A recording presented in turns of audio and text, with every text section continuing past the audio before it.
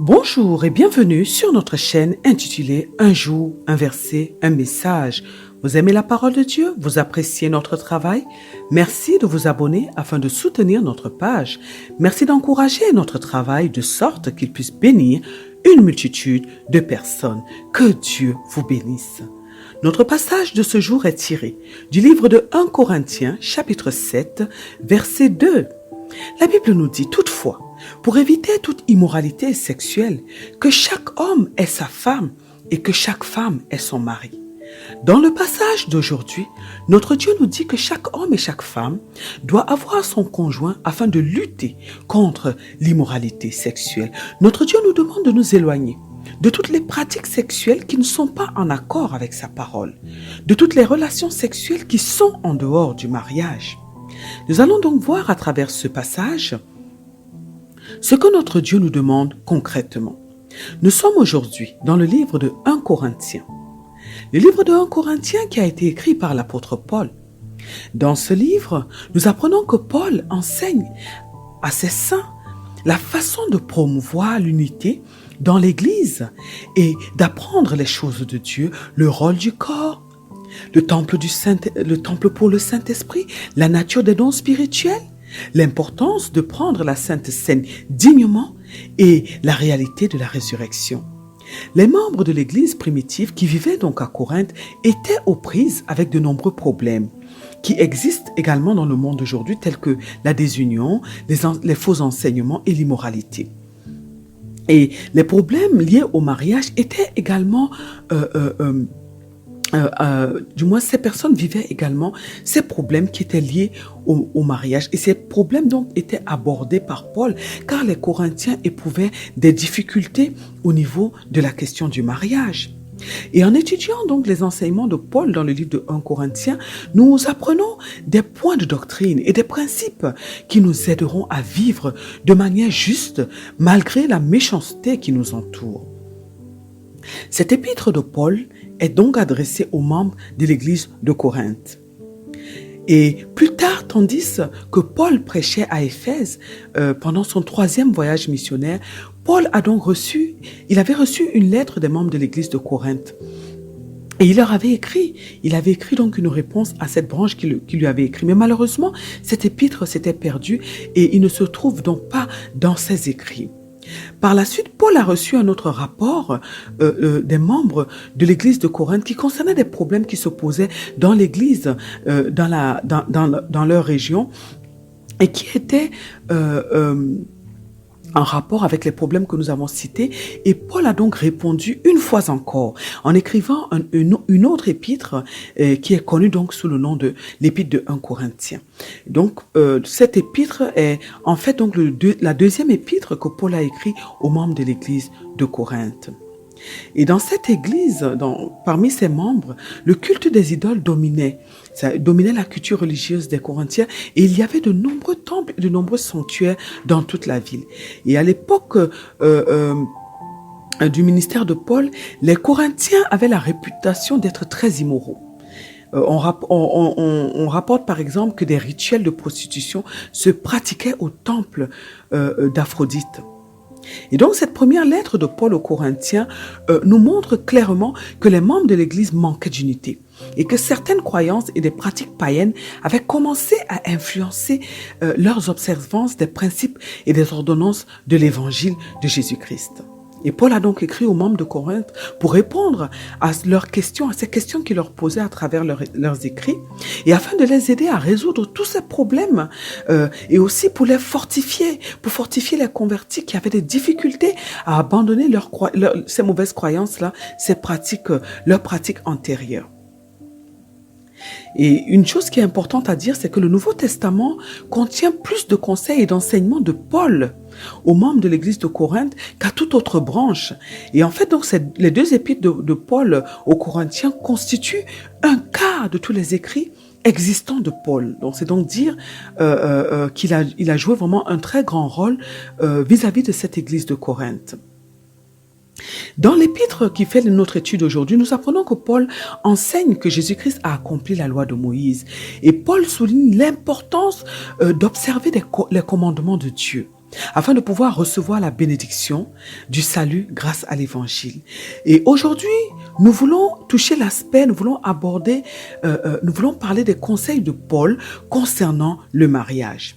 Dans notre passage précédent, qui était tiré du livre de Matthieu chapitre 19 verset 6, notre Dieu nous a parlé de l'unité du couple et du fait que personne ne doit séparer ce que Dieu a joint.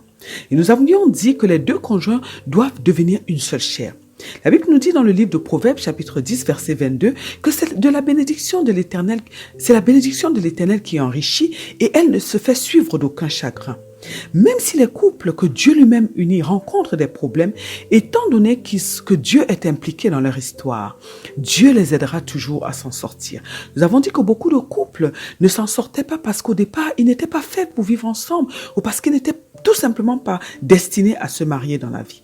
Et nous comprenons alors l'importance pour nous de nous rapprocher de Dieu pour avoir les bonnes informations. Et nous avons dit que nous devons absolument donc interroger Dieu sur notre vie, sur nos choix et sur les choses que nous devons faire et entreprendre de manière à ce que nous ne puissions pas nous tromper et que nous ne puissions pas quitter le chemin de notre destinée. Dieu a demandé à l'homme d'être le chef de famille, d'être l'autorité de la famille, d'être le pasteur de sa famille. Mais Dieu a demandé à la femme de bâtir. Or, la Bible nous dit que c'est Dieu qui bâtit la maison. Et nous avons dit que ce n'est pas par l'onction, ce n'est que par l'onction du Saint-Esprit que les deux conjoints pourront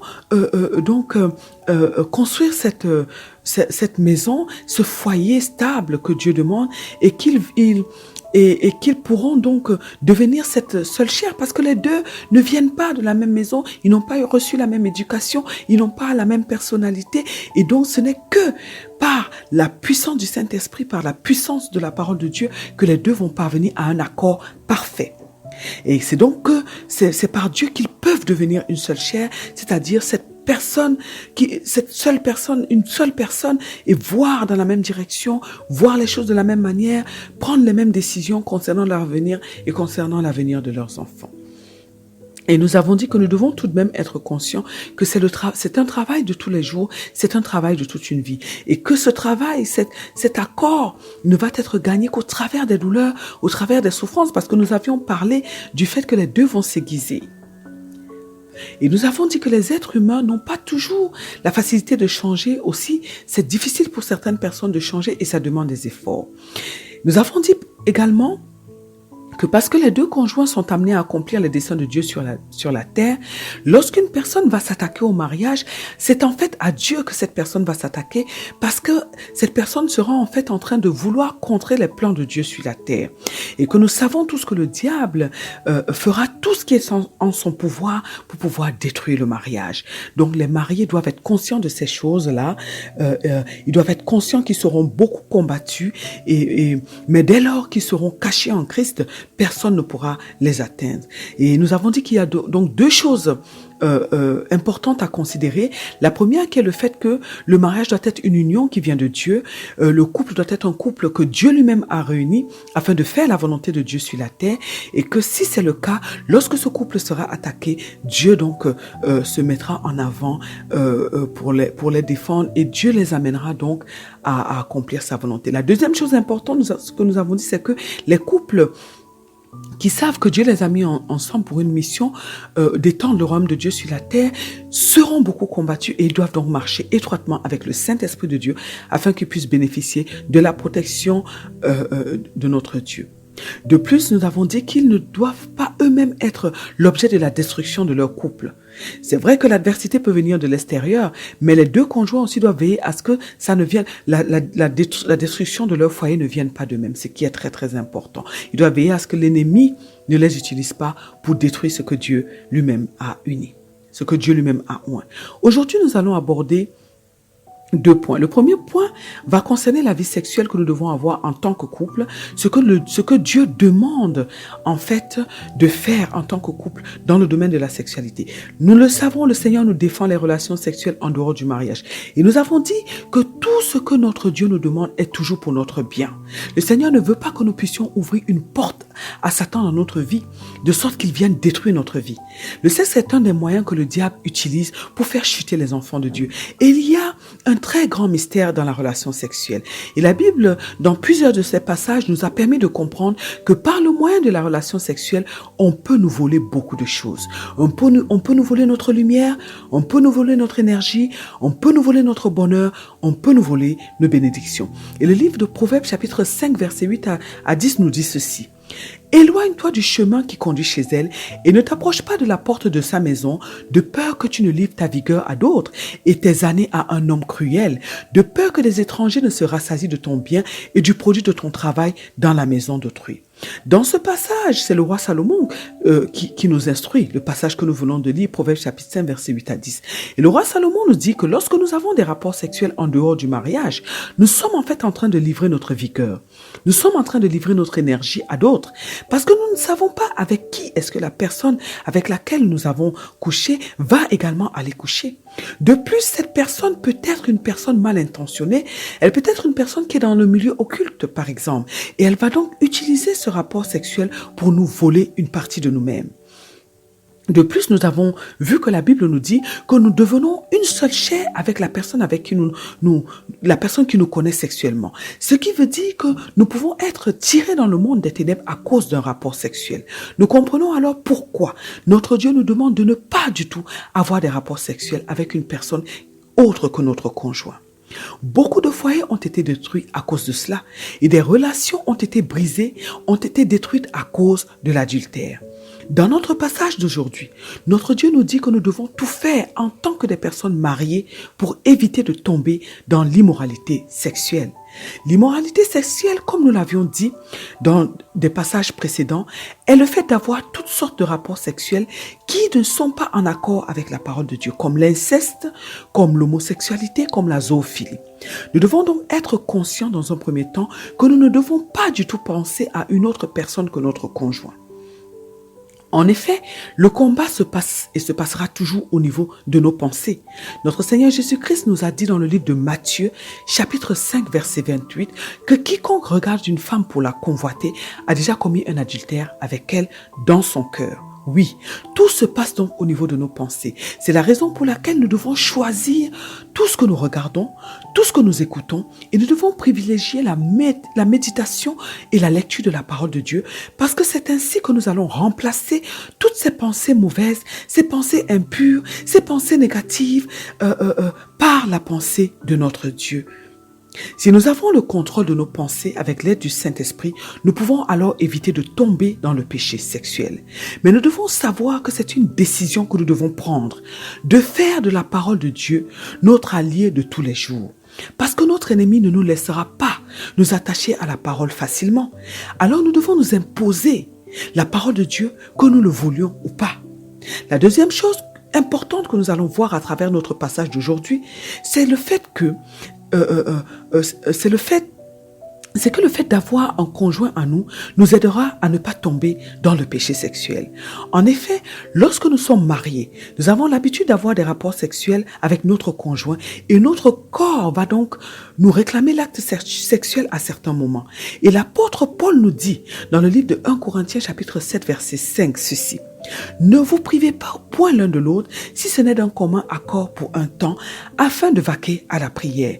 Puis, retournez ensemble, de peur que Satan ne vous tente par votre incontinence. Lorsque nous avons une bonne entente avec notre conjoint dans le domaine sexuel, et lorsque notre conjoint répond comme il se doit à nos besoins dans ce domaine, nous sommes apaisés et nos pensées sont focalisées uniquement sur notre conjoint. C'est la raison pour laquelle notre Dieu demande que chacun de nous, que nous puissions avoir chacun notre femme, notre mari. Notre conjoint va donc être un barrage à la tentation sexuelle. Mais il faut que les deux conjoints soient en harmonie dans le domaine sexuel. Car plusieurs personnes trompent leur conjoint parce qu'elles sont insatisfaites. Et dans certains couples, les conjoints ne sont pas satisfaits sexuellement parce que les deux conjoints ne dialoguent pas à ce sujet.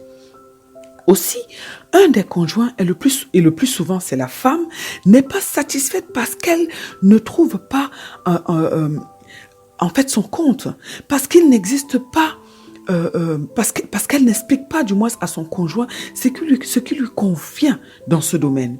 D'autres encore sont insatisfaits parce que le conjoint leur demande de faire certaines choses, certaines pratiques pendant l'acte sexuel qui les mettent très mal à l'aise. Nous devons donc comprendre que le dialogue est très important dans le couple. Les conjoints doivent parler de tout ce qui concerne la question du couple, la question du foyer, la question des finances, la question de la relation sexuelle. Ils doivent aborder tous les domaines qui sont impliqués dans le mariage. Et il ne doit pas y avoir de tabou ni de secret entre les conjoints. Nous l'avons déjà dit lorsque nous avons abordé d'autres passages. Et si malgré le dialogue, les deux conjoints ne sont toujours pas en harmonie, il ne faut pas hésiter en tant qu'enfant de Dieu de se mettre ensemble dans la prière pour demander l'assistance de notre Dieu. Car la parole de Dieu nous parle de tous les aspects et Dieu, notre Père, est capable d'apporter des solutions concernant tous les problèmes que nous allons rencontrer. C'est très important. D'autres personnes encore trompent leur conjoint parce qu'elles ont un problème spirituel, par exemple, ou parce que dans leur sang, il y a de l'immoralité sexuelle qui a été héritée d'un ou de plusieurs de leurs parents. Nous devons alors, si à travers le passage d'aujourd'hui, si nous nous rendons compte que nous ne sommes pas en règle avec notre Dieu dans ce domaine, nous devons nous demander pourquoi est-ce que nous trompons notre conjoint. Et en découvrant la réponse, nous allons pouvoir trouver les solutions aux problèmes en nous rapprochant de notre Dieu. À travers le passage d'aujourd'hui, notre Dieu nous demande de nous préserver de l'immoralité sexuelle en ayant notre propre conjoint, notre propre mari, notre propre femme. Nous avons compris que nous devons d'abord prendre conscience que nous ne devons pas pécher sexuellement contre Dieu ni contre notre corps, parce que cela a des grandes conséquences au niveau de notre vie, au niveau de notre destinée. Nous avons également compris que nous devons veiller sur ce que nos yeux et nos oreilles vont absorber et que nous devons faire de la parole de Dieu notre priorité de chaque jour, car c'est elle qui va renouveler nos pensées et nous aider à penser comme Dieu pense. Nous avons compris que notre conjoint est un blocage, est une protection pour nous qui va nous empêcher de tomber dans l'immoralité sexuelle, dans le péché sexuel, mais que nous devons, dans le domaine sexuel, être en parfaite harmonie avec notre conjoint. Mais bien aimés dans le Seigneur Jésus-Christ, nous avons donc compris ce que notre Dieu nous demande aujourd'hui afin que nous puissions être préservés. Alors décidons de mettre en pratique les recommandations de notre Dieu afin de préserver notre vie et afin de préserver notre destinée, afin de préserver notre relation avec Dieu, afin que cette relation soit toujours au beau fixe, car nous le savons, notre Dieu aime l'obéissance. Prions aujourd'hui afin que Dieu nous donne la capacité de prendre conscience des conséquences du péché sexuel dans notre vie et pour notre destinée. Prions afin que Dieu nous donne la capacité de veiller sur nos pensées au quotidien afin que nous ne puissions pas ouvrir une porte à notre ennemi. Prions afin que Dieu nous donne la capacité de bâtir une relation harmonieuse avec notre conjoint, une sexualité harmonieuse avec notre conjoint, de sorte que nous ne puissions pas tomber dans l'immoralité sexuelle ni dans le péché sexuel, mais que nous puissions fermer toutes les portes au péché sexuel au nom puissant de notre Seigneur Jésus-Christ. Amen. Que Dieu bénisse votre journée, qu'il vous bénisse éternellement et à très bientôt sur notre chaîne Un jour, un verset, un message.